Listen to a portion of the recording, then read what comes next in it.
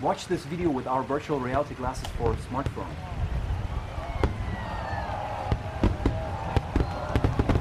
virtualvizor.com.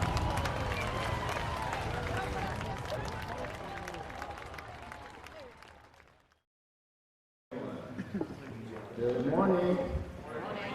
Nice, thank you very much. Welcome to the virtual and augmented reality technology that will change everything. Not something, everything. You're in for a real treat today. We have an extremely distinguished panel who are developing technology, tools, and creative expertise covering a really wide spectrum of what makes VR and AR so transformative. Everything from immersive storytelling, 360 filming, spherical CG, visual effects, dimensionalized audio, real-time rendering, interactivity, motion tracking, and much more. So we'll try to hit on some technology as we move through, and really try to get to the bottom of why we think VR and AR is such a change agent. Can I just start by asking, how many people here have experience in VR or AR? Okay, good. Who would say they have a lot of experience in VR and AR? Okay, great. So I think we have a very educated audience panel, so feel free to geek out all you want. I'm Robert Nashak. I'm the Chief Operating Officer of Survios. We are one of the leading game developers in VR. In fact, in July, we launched on Steam early access a game called Raw Data. And if you've not had a chance to play it, I suggest you do. It's really fun. Yeah, you played it? That's good, right? So Raw Data, it's been very successful. It's early access. What we did was we launched it on Steam. It immediately went to #1 on the VR charts, and it was the first VR title to hit the overall Steam charts. It's #1 worldwide. So it's on the HTC Vive, so imagine you're standing up and players are, their bodies are being tracked, their heads being tracked, their arms are being tracked. And I just want to bring up what I think, one clear example of what's changed for game developers like myself, who've been in the business for a long time. So in VR, very different from other kinds of video games, you're not playing a character in the world, you are a character in the world. Concretely, with raw data, when you are, pistol whipping, or if you're playing a character like Elijah and you're using a sword, you are using a sword. You are pistol whipping. It's a sense of mastery that gets rid of the abstraction of the controller. So you think of why, movies hate Madden and Call of Duty because it's so complicated to play. All that goes away in our kind of vision of VR. The natural movement is the way it goes. And so that's maybe a real key difference. It really does change things. In raw data, you're not mastering controller combos. You're mastering real actions in the real world. And when you're liberated like this, right? For example, when you find an Easter egg in raw data that lets you find a huge crane that's coming over a city, and I'm totally afraid of heights. It's an amazing emotional experience. You start breathing heavily. Emotions start to flow. Endorphins fire. All of your systems, including your reptilian brain, are just going off on another minute. So they're all engaged, and I think that's a huge difference, and something that we all, the people that we see playing VR are really influenced by. So if you ask our designers at Survios what's the biggest change that VR technology has brought to games, what's most exciting to them is that they're not just making games, they're making reality. And one quick, before we go to the panel, one quick concrete example. We just hired an amazing, very senior programmer who was working at the Vizor for the last 10 years, working on games like World of Warcraft and StarCraft, which are basically PC games with a mouse and keyboard. And I asked him, what's the biggest difference coming to Survios with doing VR? And he said, the user experiences we had to account for really were all about mastering the keyboard and a mouse. Now, every motion possible is in play. And for him, this is a mind-boggling experience. It really changes the way he thinks about game and the way games should move forward in the future. But today we've got a panel that should do much more talking than myself. So what I'm going to ask them to do is go down the line, please, and just introduce yourself relatively quickly. And then we'll swoop back and give you some time, like 5 minutes or whatever, to deep dive a little bit into what you're up to and why you think it's so exciting and why you think it's potentially changing. So can we start? Great. Hey everyone, I'm Chen. I am the executive technical producer at Derby Dragons, formerly known as vrse.works. Prior to that, I was the product lead at Oculus before I decided to make the transition into content and focus on trying to bring new technologies and work with creatives and artists here in Hollywood and other places. You can see some of our work on, a lot of our work on the Within app and maybe other places. My name is Andy Cochrane. I'm a digital and interactive director, and what that means is I'm going to be called an experience designer in a few years when that's the title applied to what I do. It basically means taking technology and creating immersive and interactive experiences for audiences across mediums such as apps, VR, AR, installations, live events, basically anywhere that we can kind of make an experience for an audience using the latest in technology. Hi everybody, I am the co-founder and CEO of Prologue Immersive, and we focus on creating original IP for VR, educational pieces, interactive gaming, and data visualization. Hi, I'm the SVP Content Strategy and Co-Pros for Machinima. Machinima, for those who do not know, is one of the largest social video companies in the world. For the last 12 years, we produced around 400 series for digital, but also television, both. We're quite active in the esports area, but also obviously VR, first inroads. It's heavily hyped, so I'd love to hear more what that means and get a reality check. I'm super excited about it. Yes, it will change the world, but I think small steps. And also, I think we need to discuss what shouldn't we do in VR, what is better off in HD, Ultra HD, where you don't necessarily need a 360 space. But very excited for you here. That's great, thank you, Thomas. So let's start with you, Joe. If you don't mind, you were basically employee number 10 at Oculus, is that correct? Yeah, once upon a time. Maybe a little bit of history of your career, moving into what you're doing now with your Dragons would be helpful, and then just talk about whatever you'd like. Actually, yeah, I want to start losing that number. It seems kind of embarrassing in hindsight now. But no, it's all right. Because it was a scrappy group back then. It was a very tight group, similar to how we find ourselves kind of early on in pre-production before we scale up for actual full production. The life cycles, I find right now, are even faster than we expected even back then. We were always trying to push out a new prototype, and those of you that got to see Oculus Connect a couple of weeks ago, it's kind of returned to that form, that past glory of like, hey, here's a future prototype. It's not going to be a product for years, but this is a little slice of what's going to be possible with technology that are still very, very experimental at this point. And that's what was exciting for us back then. And I look at content now, and that's kind of, there's a similar excitement because of the unknown, not just the unknown about the tools, but the creative, or even the reception. I mean, we can feel great about one of our works, and then it just falls flat. It doesn't ring. Like we put it in front of people, or then they put it on and they try it, and they're like, it doesn't feel right. And that's really that litmus test, and that's ultimately why we have been so prolific, is because you have to, like, you can sit here with a bunch of smart people in a room and sit there and write and have this beautiful writer's room, have amazing developers, amazing cinematographers, put it all together, editors, and then nobody will care about it because, and you won't know that until you actually ship it, learn painfully from that, ship another one, your fourth piece will probably be terrible, but then you'll finally start getting the hang of it, and then by that time you're bored and you want to try something new. And that's ultimately the challenge that we put forth to our, we call them, I call them directors, we call them creators, world builders, whatever they are now in these new mediums, is that, hey, give this a try. Here's something you're somewhat familiar with. Let's figure out how the writing works, how the cinematography works. But ultimately, right now, what we're seeing is technologies emerging, whether that's volumetric video or light field or some sort of mix between that allows us to get the photorealism in real-time game engine where you guys live and bridge that gap, because a lot of the times we do get that aversion to game engine, not just because, hey, it's a video game, I have no idea what I'm doing in this, from a lot of established directors, but also in that it lacks the photorealism that they want, that immediacy of like, I recognize that person, I want to know that person, or I don't like that person.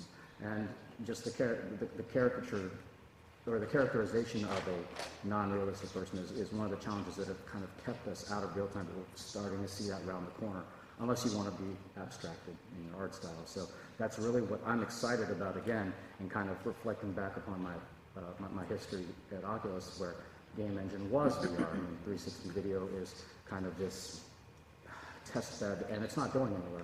I don't want you to think that like, oh, we're not shooting 360 video ever again. That is going to become a medium in its own right, and I love where it's going right now because, I'm sorry, I'm rambling now, but the gimmick is gone, and to rise to the top, just to get any eyeballs at all, your content has to be really, really strong. Whereas now, real time is starting up that curve as well, where the gimmicky games are no longer, they're sifting to the bottom of Steam, where yours is to the top, and that's really where the competition ultimately advances, not just their own content, but the medium in general.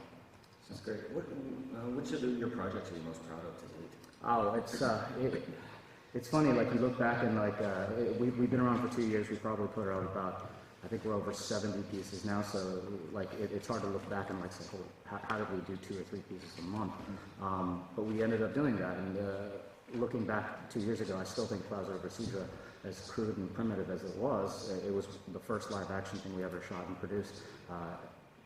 I look back at some of those shots and they were shot blind. We didn't have preview back then. We didn't have headsets to block and we just, like amazing cinematographer and director just shot it blind. And we did all the work in the edit, and it still resonates with me the most, maybe because it's the first thing I saw that I really liked. And so that was actually one of the first pieces that made me think, hey, you know what, 360 video has a place in VR, because again, I was a purist coming from Oculus, and I'm like, yeah, no, 360 video is bastardization of this tech that we've been slaving away for years. But then I saw something that literally made me cry in a press room, and I'm sitting here holding this headset to my face during the credit roll because I got to gather myself before somebody takes a photo of me with like tears rolling down my face. And that impacted me, and so has stuck with me. We try to kind of capture that lightning in a bottle over and over again. Sometimes we miss, sometimes we hit, and I don't know. But yeah, I think that's my favorite still. That's great. Well, thanks for being here today. Andy, tell us a little bit about what you're working on and sort of what gets you excited in VR. Sure. So we've done a really wide range of projects over the past 2 years in terms of production, but actually we started our R&D kind of in secret when the DK1 came out. So it's coming up on what, 4 years now, 3.5 since the DK1 shipped, something like that.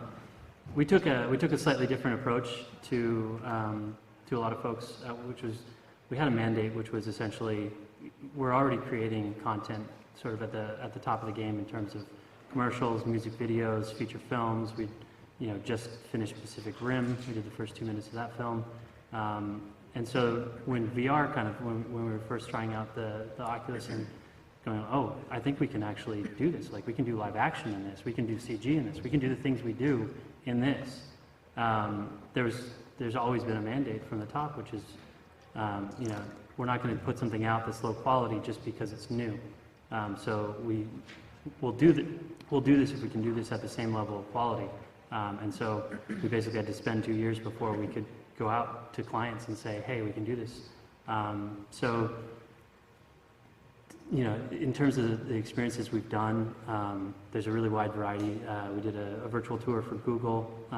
That was the first time anybody had done stereospherical live action, seamlessly composited with stereospherical environments. Some people had put kind of CG characters into spherical or stereospherical video, but nobody had done a full VFX pipeline actually replace an environment and make a seamless piece.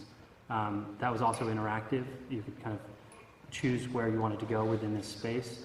To this day, there's still only a small handful of 360 video-based projects that have included interactivity, and that was the first thing that we did. That was sort of the end of our 2-year R&D process. So insanely proud of that one, just from the standpoint of we kind of came out of the gate swinging, but not because we were kind of figuring it out as we had gone, but because we'd done the homework, and it was sort of the proof that we had done the homework. And then after that, we did a piece for The Strain, which was really phenomenal. Still insanely proud of that one, just from the standpoint of being very first person. It was one of the first pieces that had camera movement. Our own work included had not moved the camera very much because it's very expensive once you start moving the camera if you want to clean stuff up. And then from there we've done pieces we did the logo for Jump, so every Jump video on YouTube 360 is our logo. Most recently finished a piece with Within and Kirby Dragons for Mr. Robot, did a bunch of the posts on that. And you know, when we've done a variety of stuff, we've done all live action, we've done all CG, pre-rendered, we've done all real-time, and we've done mixes of the three. You know, we definitely believe in the future of light fields and real-time rendering, and you know, we believe very firmly in it. But coming from a sort of more traditional film, TV background, we're always going to be stronger with real actors, real sets, real costumes, VFX, CG. You know, there's companies like Ubisoft that have phenomenal render engines that they have spent decades refining. They're going to do amazing work in real time, and so our focus has really been to stick with our strengths, which is sort of more film, TV, commercial, music video sorts of production processes, and less things that look exactly like a video game. That said, we use game engines, and we are not opposed to real-time rendering, but we're trying to kind of come at this space from our place of strength instead of trying to fight giants with decades of experience, with us being, you know, at the starting point. Thanks, Andy. Kimberly, could you give a deep dive into what you're up to? Yes. So at Prologue Immersive, we started out, our first piece was an educational piece. It's called Science 360.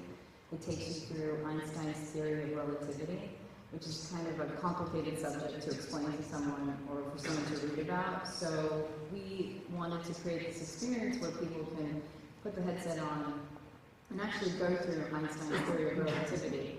And this was done in about 3 weeks. We did it for the Oculus Jam, and we got, you know, the top 20 experiences. And a lot of people wrote in about that experience saying, wow, I actually really learned something, and I really wish we had this in college, or I wish I had this in high school. And, you know, after I saw the experience myself, I realized, you know, wow, VR is such a powerful tool that you can actually have an experience, learn something, and come away with it, because you're actually absorbing information a lot quicker than if someone's trying to explain it to you and then you're trying to visualize what they're saying. So that piece was done in a game engine with all just illustrations. We didn't use any type of 3D because of the schedule we had, and it was just a 3-man team.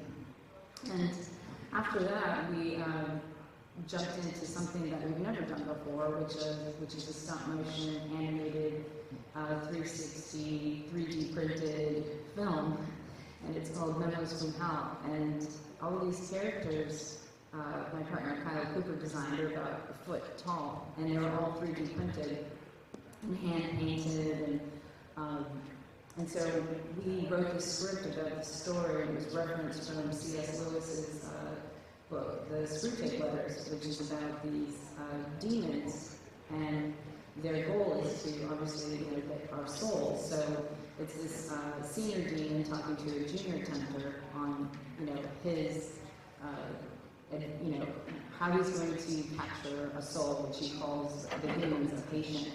And so it's this experience in hell, and it's in a boardroom, and you're surrounded. The camera's in the middle of the table. And because the characters were only about 12 inches tall, we had to find a camera small enough to shoot these characters. And so we used the Ricoh Theta camera, which is only about this big, it's really small. And we shot this frame by frame and animated each character. What we learned from that is, you know, usually when you have a set, you build half the set and the crew's on one side and the set's on the other, and we realized that that didn't work because obviously the set's going to be in the shot. So we had to build an actual 360 set that was completely enclosed. And then we realized, okay, how are we going to get in the set to manipulate these characters? So we had to build a kind of like a trap door underneath and go in from underneath and then animate the characters. And so that was challenging. And then we also realized, okay, we can't really use typical lights that you use to light a set. And so we actually had to build lights that are in the set and in the shot to light the set. So there are many things we learned. We tried also filming the characters against a green screen and then shooting the set separately and putting it together to add dimension. And that didn't work. So we had to redo everything and shoot the set and the characters all together. So that was just something like, you know, I think VR is something you just dive into. You have no idea about how it works or what it is. And it's kind of like a relationship. It's like you fall in love with someone, but you don't know all the issues they have, and suddenly you realize, oh, you know, you can't just bring in that 3D model from the film, or oh, you can't just animate typography and bring it in from After Effects. There are all these issues you realize, but you're in love with this thing. But you just keep fighting and figuring it out. And so we're also working on some data visualization projects, trying to build what we've done in Iram to life in VR, so I'm really excited about that. And also, you know, finally, after 3 years, you know, we're starting to get real projects from some of our clients. Excuse me.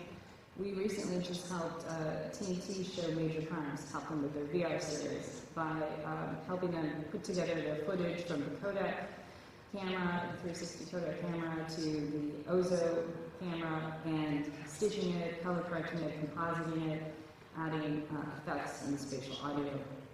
So we completely know how to do all the posts for 360 filmmaking. So that was exciting, and then also just diving into, you know, how do you build an interactive VR experience game using a game engine. And so, you know, we dove into using Unity, and that didn't seem to really work, so we're changing it to Unreal.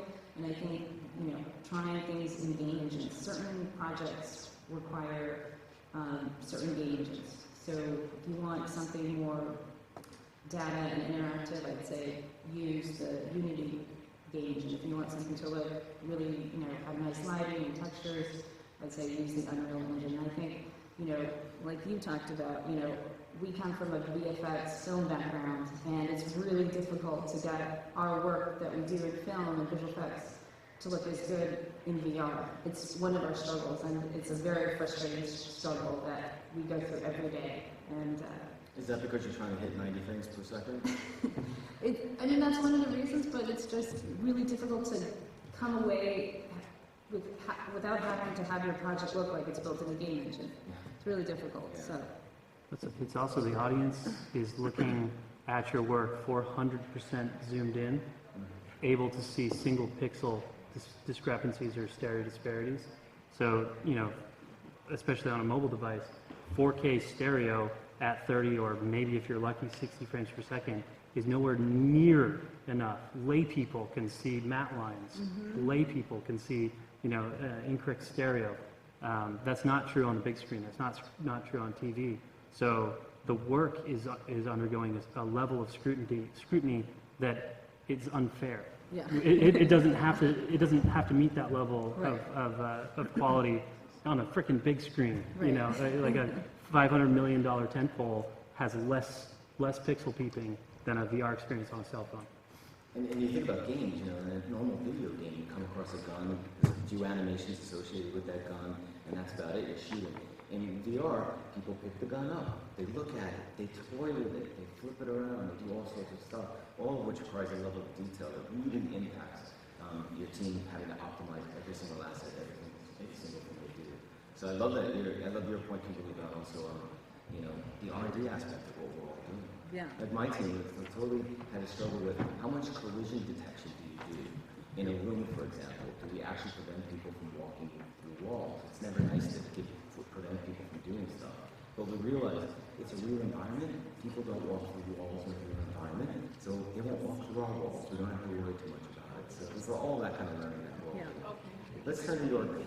Yeah, just to add, I totally agree, it's early days, but also the quality even has to be better, what you just said, than 2D versions, because it's not traditional media. You know, this is a 360 environment. You cannot apply classic storytelling themes to a 360 environment. I think it's more like an open world in gaming, so where you go through scenarios, but you also just stroll around and just experience, you know, the area, and then also just to set the stage. I think we have to think about, do we use traditional kind of cinematics, what a video game is doing to set the stage, that the user, the fan, starts to get used to where he is and what he's actually doing and what he can expect, you know, from the experience. Probably, yes, you should do something, no, you shouldn't. You really have to guide them a bit through the scenario. I don't think, against classic storytelling will apply for this area. Why I even joined Machinima is I'm an immersive gamer. I'm not a competitive gamer. The kids out there would kill me in a split second. I have no chance. But I love to deep dive into very rich, graphic-rich world like an Assassin's Creed or Fallout 4. And I think the industry definitely needs its Pokemon moment for VR, you know, where you walk, and I just need to walk into an old London Assassin's Creed or Paris. I don't even need to do anything there, I just want to be there.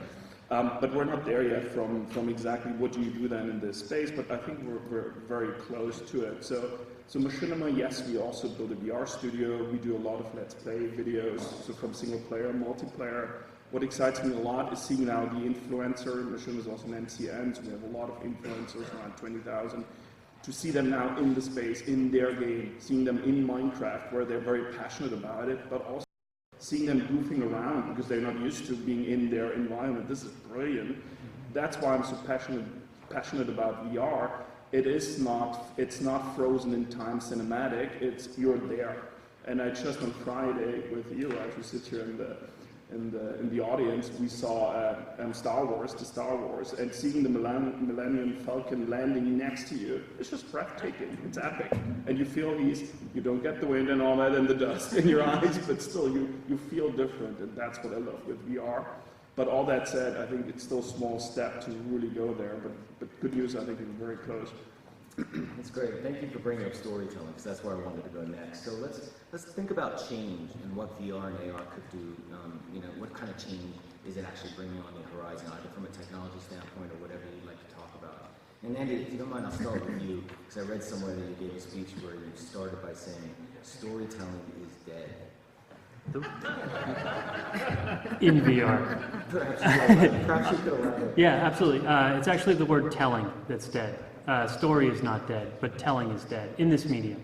If it's a first-person medium, you're not telling anything. You're creating an environment. Ideally, you're creating hopefully a narrative experience. The story that is told is when the person takes the headset off and tells their friend what they just did, what they just saw, what they just experienced. So that's why I said in the beginning, I'm currently a director, which is a fancy way of saying experience designer, because I think for these immersive and interactive mediums where your audience is the protagonist, they might be the antagonist, but they are the main character of their own story. It's not about telling anything. It's not about. I love all the hand wringing that old Hollywood is doing right now. Spielberg had a great quote where he was like, "This is a very dangerous medium for us creators." No, it's not. It's a very dangerous medium if you don't want to work in it. You know, a lot of people are like, "How do we get them to look where we want them to look? How do we make sure that they see what we need them to see?" I don't know, make a good experience and you know, have option, put things in a place that makes sense, make it inevitable. There's a lot of sort of like old thinking of this is my frame, this is my edit, this is what you will watch, this is what I want you to see. I'm going to control lensing and focus and lighting and sound so that you see and hear in the order, frame by frame, exactly what I want you to see, and I manipulate you and I manipulate your emotions and I swell the music at the perfect moment. That's gone. Those techniques are not gone. You know, we're still going to use cameras, we're still going to use lighting, we're still going to create environments, still going to have actors, still going to have dialogue. But the user, the participant, the guest, whatever you want to say, is the main character of it, is the main focus. They're literally the only thing that matters. The entire thing is about them, and it's all about sort of creating a playground for them. You know, like it's not about watching Harry Potter grow up. It's about being Harry Potter. It's about being Indiana Jones. You know, it's about being the chosen one yourself. And so that's where we're headed. We're headed, honestly, we're headed to amusement parks. But to say, when you say that normally, like, oh, it's just like kind of like installation design or a haunted house or an amusement park, people go, oh, well, those aren't very good. That's the wrong thinking. They're not very good currently, but there's lessons there. They know how to onboard an audience. The Transformers ride up at Universal, you know actually who you are. You're not given a name, but you know that you're in a secret facility that's under attack, and the Transformers are trying to get you out there. It's first person. It's an adventure that you're taking on. Indiana Jones ride is pretty similar. You're less strongly charactered. But those are the types of experiences that we need to be looking at and listening to and picking the best stuff of, not recreating. It's not about making the Indiana Jones ride in VR. It's about realizing that the hour that you stand in line is actually part of the experience, if it's done right. the ride is absolutely part of the experience. What happens after the ride is part of the experience. We're going to be creating stories. They're not going to look like films. They're not going to be linear. They're not going to be non-interactive. But they are going to sort of steal from games, steal from films, steal from play, interactive theater, all of these things into this new amalgam that we're just kind of figuring out right now, because the tech's the tech sucks. The tech's going to suck for decades. Is that the quote from the panel? Yeah, the tech sucks, but it's amazing. It's amazing. Like a cell phone and a cardboard headset is kind of on par with the DK1 in terms of experience. And that's phenomenal. That amount of increase in technology in such a short amount of time is astounding. And if you just extrapolate that, we're going to be in full body haptic suits, and it'll be like Lawnmower Man, but better graphics. But it's going to take a while to get there. The journey's going to be amazing. We're figuring it out. Everything that's being created today is amazing, and it will suck next week when the new amazing thing comes out. And that's going to suck the week after that. It's going to suck for us. Question kind of along the same lines of the conversation with storytelling and the new media and things of that nature. How does this, specifically for Joerg, but everybody else, for a studio like Machinima that kind of started out as video games and all these kinds of things, and was literally the biggest thing on YouTube at one point, and nobody could even touch them, kind of pivoting into a new age where not always the views might not reflect, the content and the effort behind it and stuff like that. So my question is, with this new medium and the new VR AR studio that you guys have built, how does this give you, new possibilities to engage the viewer, refresh your brand, tell a new story, not from a simple perspective as this is AR VR, it's built in, but specifically towards your brand, how does this refresh everything and give you kind of new opportunity? No, very, very good comment. The good old times. Two things. Just one comment. We evolved, obviously, being more multimedia, so we go now more, creating a Transformer series, a Street Fighter. We still look very deeply into the game culture and geek culture to fit to the Machinima audience, but we also have to evolve beyond social media, on many other platforms, Comcast, Go90, Sohu in China, and so on. So, but I still agree with you, big time. So Machinima, as probably a lot of you know, is derived from machine and cinema, and we're very used to work in this 360 space to recreate imaging and put it very much on social media, put new content out there. I would ask you to do it. We are the home of. If you talk about Machinima VR, that's us. So do it. I can only encourage you to do it. There's big appetite. Not everything is figured out in terms of business models. So we do a lot of mixed reality right now to go into the existing business model. Somebody has to pay for it. It's a bit the chicken and egg. Nobody wants to invest, but we want, of course, to fall out for it. I love to see it. But I hope you are part of the Machinima network and do it. Go out there, create it, and you will be seen. That's the beauty of this medium. It's interesting because we actually start looking at what you guys have done in terms of utilizing game assets and creating cinema out of them effectively for a rectangular YouTube channel. We do a lot of previews, especially for our more complex shots. A lot of those are game engine, if not other programs. But one of the things that we started, it was just a simple question. It's like, why is this not good enough for us to publish at this point? And it was just fidelity, and that's artists, and that's just developer time. So if all that's already done in the game engine for an existing release IP, can we basically do what you guys have done and get a really strong writer's room to do some just interesting experiments script-wise, and then script together a piece and effectively pre-visit, but then polish it to the point where, hey, this is actually, let's put this out there in the world, which is effectively what that model is. And with all those assets kind of pre-placed, I think that's very feasible, not just from a studio standpoint, but also from an individual content creator standpoint. Yeah, I can only say yes. I mean, the good enough, I learned that big time. Robert and I work for BBC Worldwide, where the quality aspect of content is very high and absolutely appreciated. There's no doubt about it. But also what I wanted to learn at Machinima is what does it mean good enough, Let the audience out there decide, because the platform is there. What is Machinima? The platform is such. Get it out there and find out if you find the audience, and probably you find, if the quality is good. Of course, the hurdle, quality content gets better and better, you know, and I see brilliant content from influencers who work on shoestring budgets. It's unbelievable. I have a lot of respect for that. They bring something what professionals in this industry have less is time. I get that part, but still, it's beautiful what I see, and that's how the industry evolves too. You know, to take these good first moments. Of course, you use game engines to recreate, to think about how would entertainment look like in this VR space in the future, or mixed reality, or do both. You know, just as a tip to get monetized. But absolutely big yes, and then get distributed and find an audience. So the rise of the game engine for a previous tool is so exciting to me. Kimberly, you guys have thought a lot about the use of game engines for, you know, optimizing asset creation and all that. Do you mind speaking to that a little bit? Yeah, sure. So our experience coming from a film visual effects background and then jumping into the game engine world is kind of really different, and it's been a little bit shocking and frustrating at the same time.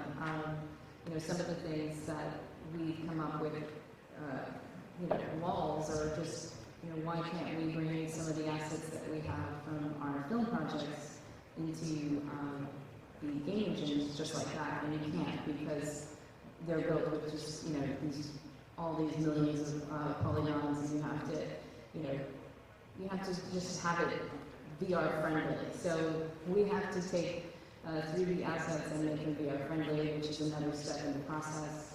And, you know, kind of mapping that out and then looking at it, and then also getting frustrated that the way we built it in, you know, our film and visual effects projects, it doesn't look the same. And so there's a lot of time in developing the lighting, the look, the textures.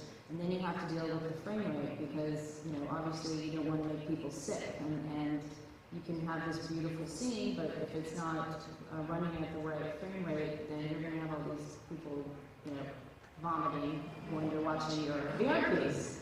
So that's another frustrating piece. So, you know, there's all these like little technical, not little, but frustrating issues that we're learning because we don't come from a game background. So, and I think it's a combination of the two. I think it's a combination of game background and film and visual effects background coming together and trying to, you know, work on these kinds of design and concept challenges to bring something amazing and beautiful to this VR world.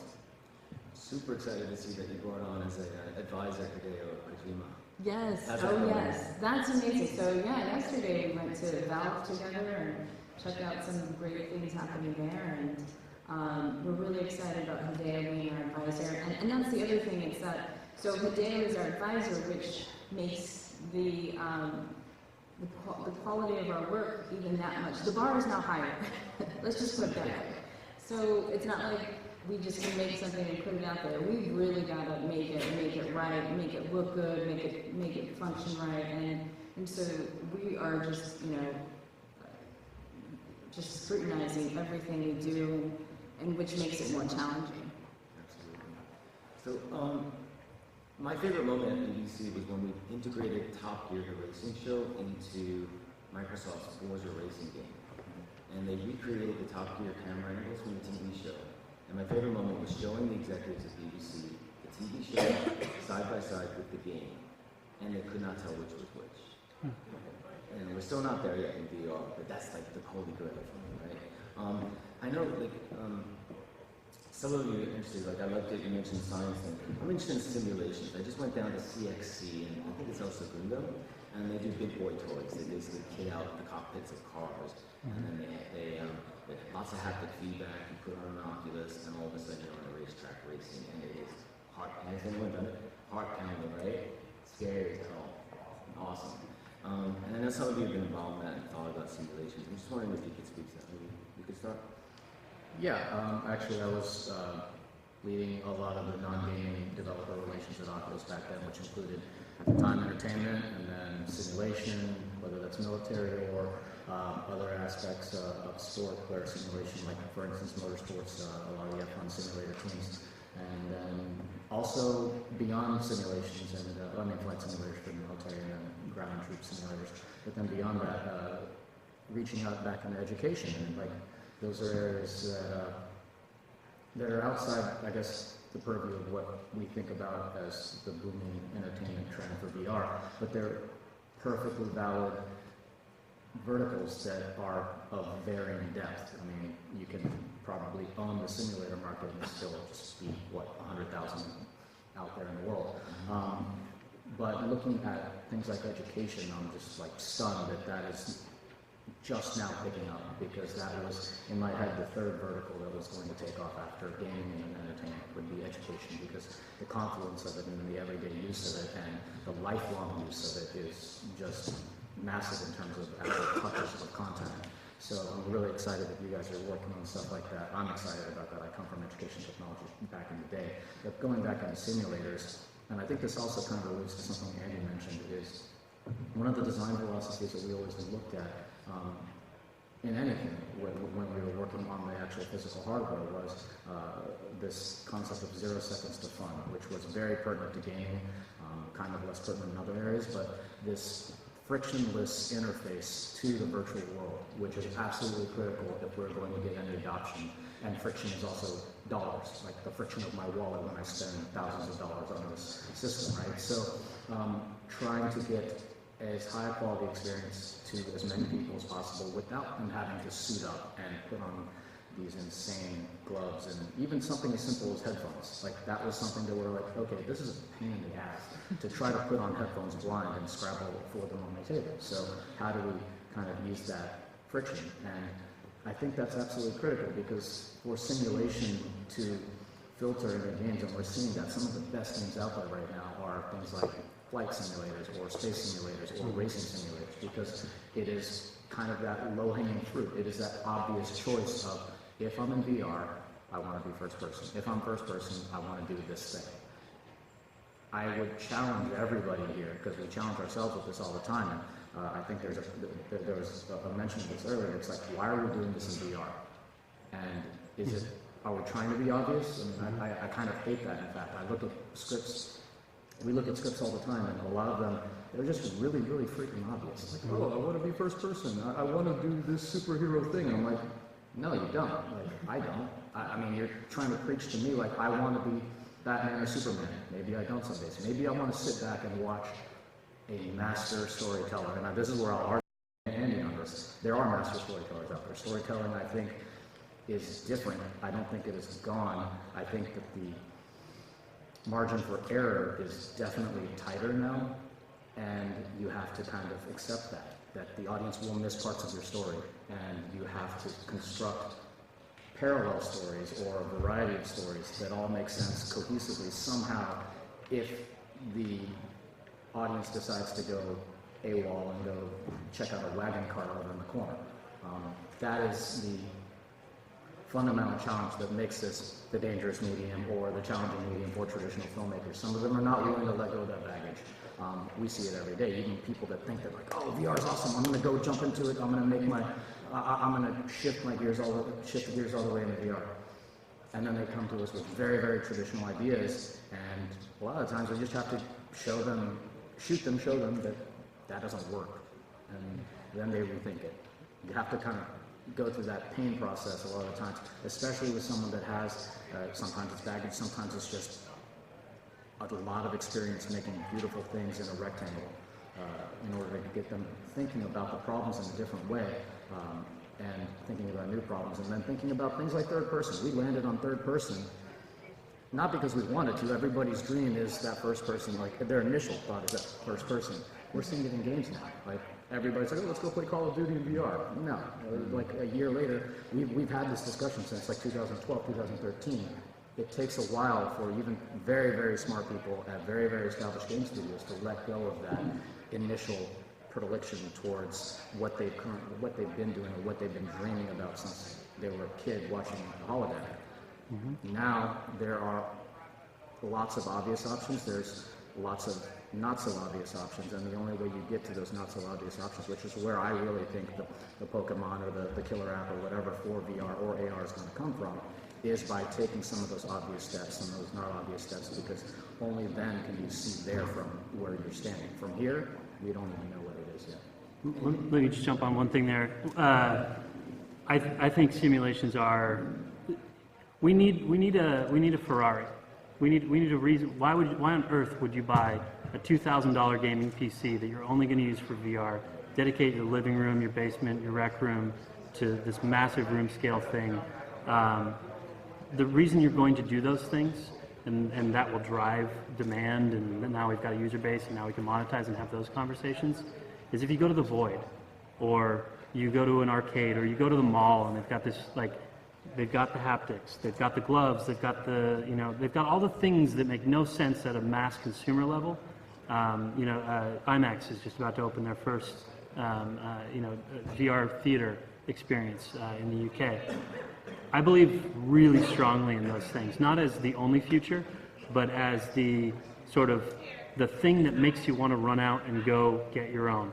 The thing that makes people say, how do I do that? And the answer can sometimes be just get a $1 cardboard headset, the phone that's in your pocket, and go download a free app. You can do it.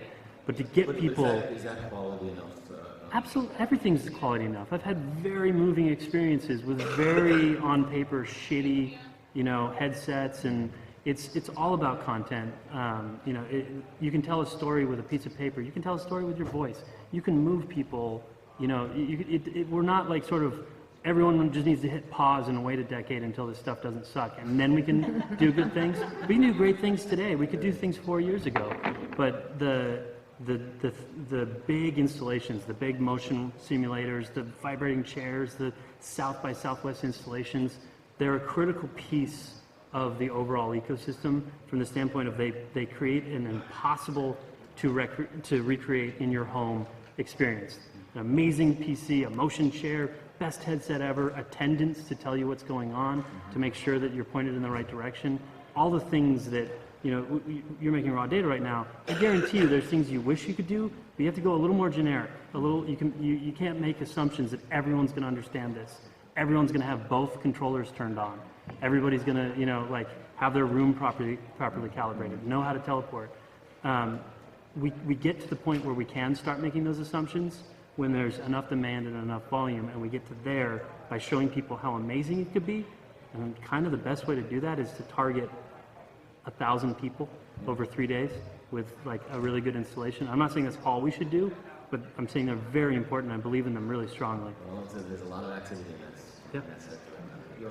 I also think you need to tailor the experience to the device right now. You're, of course, quite limited with the cardboard right now, where the Vive and the Rift has other opportunities and possibilities, and also go beyond a gimmick or just a marketing stunt. We love the marketing goals right now. Don't get me wrong, that's one of the few things, and as we published our Transformers series, we also did deep dive in VR in the 3D mesh with one of the Transformers, and that's all good and people like it, but it's not sustainable. So if you need to start tailoring, the big screen, the bigger screen, the Vive, the mobility, all that. And what I said earlier, what I miss still in this doing one storytelling in VR, and what is it? Why VR? Why do you use a 360 space? It's a different medium, completely different. Why do I want to walk in there? Right now I see a lot of replications of existing stuff. Oh, horror genre, easy. It's so easy to scare somebody anyway in a video game, so let's do it in VR. It's also borderline not responsible. We have to think about that too for 2 seconds. But why 360? And for me, this is a brand new world. We can go into. Show this world, and use the space actually in this world, but also take your audience with you, because they might not be on your development stage. What you feel VR is, because not a lot of people experience it. You hear a lot of pros in this audience, but the mass, the devices are not even out there, in mass media. I think that's good to know. Did you have a comment? Question. Okay. In a couple of weeks, there's going to be 18,000 people at Staples Center for the Legends Championship. In designing games, have you guys thought about not the players, but the audience who's playing? Because esports have an opportunity to do something that real sports can't, which should make them a breakthrough for an audience. Which is, if designed properly, a game can put the viewer on the field with the action. If somebody can watch an NBA game and be on the court with the players, or somebody can watch a football game knowing they're not going to get hurt, it's an incredible experience. Esports can do that, but I haven't haven't seen anybody embrace creating a game, but with the thinking that we want to broadcast this to millions of people around the world on Twitch or whatever through VR and allow them to have an immersive experience that they can't have doing sports anywhere else. Yeah, I totally agree. I think the driving force in VR will be first video gaming, then live events, and then probably video entertainment. And esports has all three components. Only esports itself is also a new phenomenon. It's massive, but it's fairly new, and yes, that's why it lives on Twitch or YouTube gaming. But absolutely right, you can go right into the games, you can have mixed reality about the outcome, you know, of these events, you can be at the live event, or you even play along pretty much as an amateur with the pros. So a lot of opportunities and working on it. Is anyone designing games with that in mind? Yes. Yes, if you look back, I don't know if it's been publicly released, I haven't seen it in a while, but one of the first things Valve ever did was the spectator mode in Dota, right? Yeah. And that was critical because, quite honestly, the mechanics of Dota, if you tried to play them in VR, you probably wouldn't do very well. There's some games that work very, very well where VR is an advantage. I don't think Dota is one of those, but who knows, maybe I'm wrong. That's one of those points where, just like I love that question of why are we doing this in VR? It's more expensive, less people are going to see it, but also one of those questions is if we are going to do it in VR, who is your audience? Do they have to be first person? I'd argue that that's one of those opportunities to where it's actually better to be third person. It's better to watch. I'd much rather watch a pro gamer sit there and just demolish the field than me try to do that same effect. Even if I had all the tools, like it just doesn't have that same impact than to just kind of behold the spectacle of this master freaking crush it, right? But then at the same time, do I wish I could do that? Yeah, but like the agency and the onus is on me to perform now. And so for some reason, that dynamic with the audience is fundamentally different if you're trying to effectively impact them. There's several companies that essentially build middleware that sits on top of spectator mode. There's companies that make sort of in-game camera rigs that allow traditional camera operators to film the game. I know that there's several of those sort of like middleware company, integrator companies that are certainly very interested in that future. And more specifically, any game developer that has a game in which there is a spectator mode would be really silly to not be at least thinking as a thought exercise what might be possible. Because as you said, a third person perspective, I mean, that's what spectator mode is. It's third person on mission, floating around, you know. It's a slam dunk for VR. I know that there are people working on it. There's not a lot of people out there watching VR. So it's, you know, you know, like I agree live streaming is going to be big, but live streaming right now is like Real Player in like the mid 90s. It's buffering, and there's 200 people watching. So yes, it's going to be very big. People are watching esports right now, but there's not, the pieces haven't naturally joined together yet in terms of the audience that is dying to consume this. The aggregate audience every Saturday for League of Legends is over 1 million people. Absolutely, but they're not all, they don't all own Vives or PSVRs or Oculuses or... The audience is there, but it's got to take time to get there. That's what I mean by the pieces have not naturally joined together yet. There's probably 4 pieces there that need to be connected that are trying to join together. It's going to take a while. It's just going to take a while, but when it does, it's going to be amazing. Another question? Could you speak up a little bit? A total left turn here. I played Robo Recall last week. It was a great moment for me is when I realized I was embodied by the great big monster, the great big metal monster, I guess you could call him, and I was 10 feet tall and had a big body. And moving forward with new forms of storytelling, I'm wondering if you're exploring that balance between having a guided, the director-determined character kind of meshed with the first-person nature of that experience for me. I like the fact that part of that was defined for me, but part of it was also a choice for me how I was going to pursue it. So I'm wondering if you're exploring that kind of in a way to balance those. I think you're talking about player identity. Yes. Yeah, it's definitely a challenge. I think that's up